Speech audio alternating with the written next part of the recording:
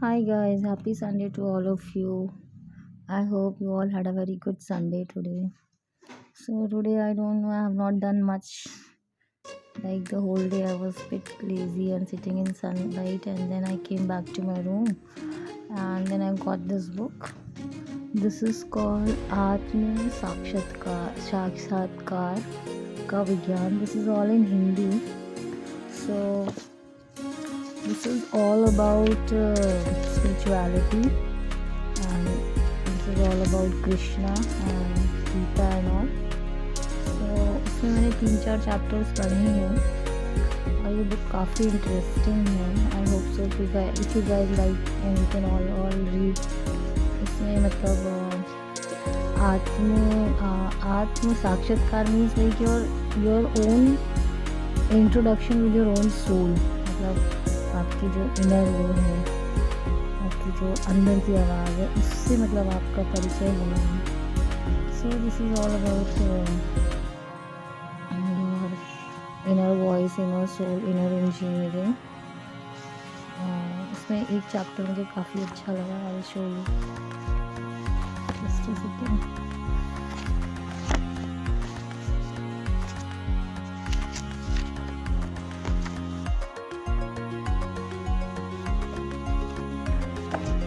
सो dear friends, इस book में जो ये चैप्टर नंबर 15 है, ये क्राइस्ट, क्रिश्चियन और कृष्ण के बारे में है, जिसमें इसमें साफ बताया गया है कि जो मतलब क्राइस्ट है वो कृष्ण का ही अवतार है और उन्होंने मतलब जो हमें संदेश दिया है वो ये है कि मतलब हमें सारे मनुष्यों में प्रेम की स्थापना करनी है. और वो बिल्कुल जीव हत्या के खिलाफ थे.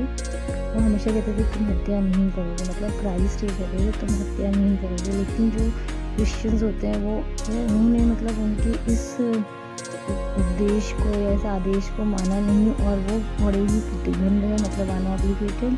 और वो इसके विपरीत वो काफ़ी उन्होंने पशुओं को निर्दयता पूर्वक मारा और वो मतलब वो खाते हैं. जैसे कि आपको पता है बहुत सारे क्रिश्चियंस मतलब मांस मछली खाते हैं. तो मतलब क्राइस्ट बहुत ही मतलब करुणा के एक सागर थे और वो ईश्वर के यश का गुणगान करते थे. वो तो है ही मतलब परम परमेश्वर, परम पिता ही हैं. मतलब एक तरीके से वो बेटे ही हैं ईश्वर के. तो उसमें ये भी बताया गया कि क्राइस्ट हमारे लिए दुख पाते रहे और हम लोग पाप करते रहेंगे. ठीक है. और ये क्राइस्ट से इतना अधिक प्रेम करते हैं कि यह सोचते हैं कि प्रिय क्राइस्ट, हम अत्यधिक निर्बल हैं, हम पाप का त्याग नहीं कर सकते, तो कृपया हमारे लिए दुख उठाइए. यानी कि कोई भी ट्रू क्रिश्चियन है ही नहीं, क्योंकि वो बाइबल को फॉलो करते ही नहीं है. अब देखो मैं ये क्राइस्ट के बारे में पढ़ रही हूँ ना, मेरे से एकदम कान लाल हो जाते हैं, क्योंकि एकदम अजीब सी एक एनर्जी या ऊर्जा का मेरे को मतलब एक एहसास सा होता है, क्योंकि this is very pure thing about Christ. और उसी प्रकार मतलब इसमें श्री प्रभुपाद ने कहा कि क्राइस्ट हमारे गुरु भी हैं. मतलब जैसे नेक्स्ट पेज में उन्होंने ज़्यादा नहीं लिखा है इनके बारे में.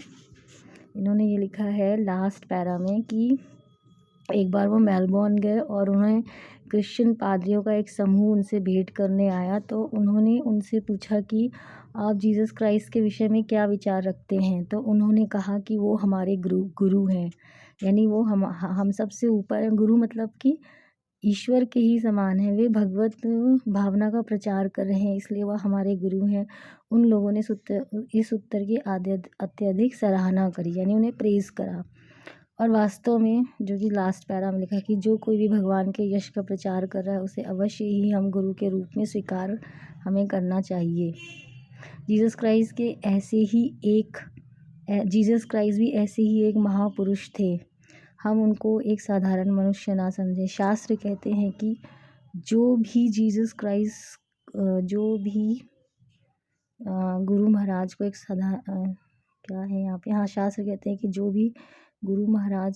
सो फ्रेंड्स, ये हमारा चैप्टर 4 है, यानी कि लेसन 4. इसमें हम कृष्ण एवं क्राइस्ट के नाम को समझेंगे.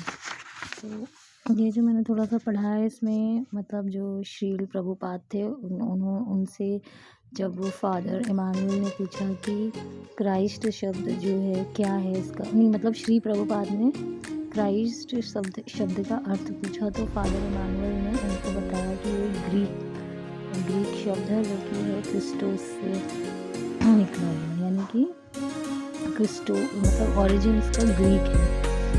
तो श्री प्रभुपाद ने बोला कि क्रिस्टोस और कृष्ण शब्द का ग्रीक भाषांतर है, यानी कि कृष्ण मीन्स होता है आकर्षण, और कृष्ण से ही क्राइस्ट शब्द की उत्पत्ति हुई है, यानी क्राइस्ट कृष्ण अथवा कृष्ण यह कहकर हम संबोधित करते हैं। तो इसी शब्द को सर्वाकर्षक भगवान के सूचक मानते हैं। तभी तो जब जीसस ने कहा हमारे पिता आप स्वर्ग में हैं, आपका नाम शुद्धिकरण हो, भगवान वह नाम है, कृष्ण या कृष्ण था, तो क्या आप सहमत हैं? तब फादर इमैनुअल बोलते हैं, मैं सोचता हूँ कि जीसस ने हमको ईश्वर के पुत्र के रूप में ईश्वर का वास्तविक नाम दिया है क्राइस्ट। हम ईश्वर को पिता पुकार सकते हैं, क्योंकि यदि हम ईश्वर और उनके वास्तविक नाम से उनको पुकारना चाहते हैं तो हमें क्राइस्ट कहना पड़ता है।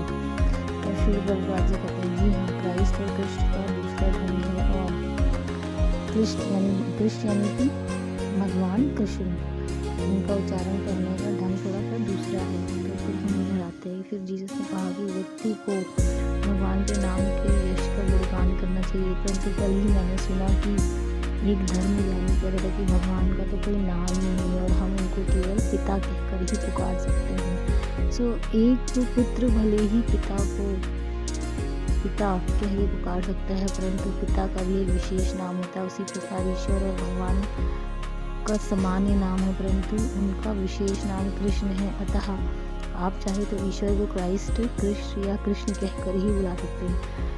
मतलब कहने का ये है कि इस चैप्टर में मतलब फादर इमैनुअल और श्री प्रभुपाद के बीच में जो वार्तालाप हुई या कॉन्वर्सेशन हुआ, तो उनका कहने का मतलब ये कि क्राइस्ट एक तरह से कृष्ण भगवान के अवतार हैं, यानी कि वो मतलब कि वो हिंदू धर्म से परे नहीं है। मतलब धर्म की तो अगर हम बात करते हैं तो मतलब धर्म तो हमने डिवाइड किया है ना। मतलब इस बुक से हमें ये पता चलता है कि कैसे भगवान कृष्ण ने क्राइस्ट के रूप में उत्पत्ति लेकर क्रिश्चियंस का मार्गदर्शन किया।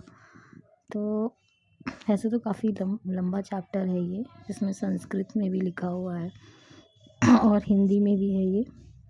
तो अभी मैंने वैसे बुक पढ़ी है लेकिन पूरी फिनिश नहीं करी, लेकिन जो जिन लोगों को थोड़ा सा अध्यात्म का वो है कि हाँ हमें अध्यात्मवाद चाहिए या अध्यात्म से जुड़े हुए हैं, वो इस बुक को पढ़ सकते हैं।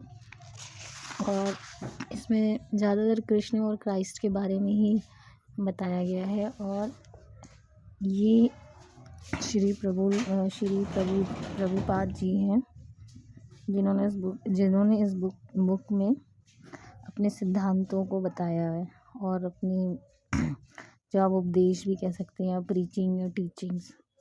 सो ये बुक वैसे तो मुझे लाइब्रेरी से मिल गई, लेकिन जिन्हें मार्केट से ख़रीदना हो उन्हें इस्कॉन टेम्पल से भी मिल सकती है। काफ़ी अच्छी बुक है और आप भी पढ़ सकते हैं। सो मेरा संडे तो बुक पढ़ने में ही जाएगा। आधी किताब मैंने पढ़ी है, आधी मुझे और पढ़नी है, क्योंकि मैं बीच में से एक चैप्टर उठाकर कुछ ना कुछ पढ़ लेती हूँ, जिससे कि मुझे जो मतलब जहाँ पे कंफर्टेबल फील होता है। बाकी आप भी इस बुक को पढ़ के देखिएगा, काफ़ी अच्छी बुक है, और मुझे बताइएगा कि आपको कैसी लगी।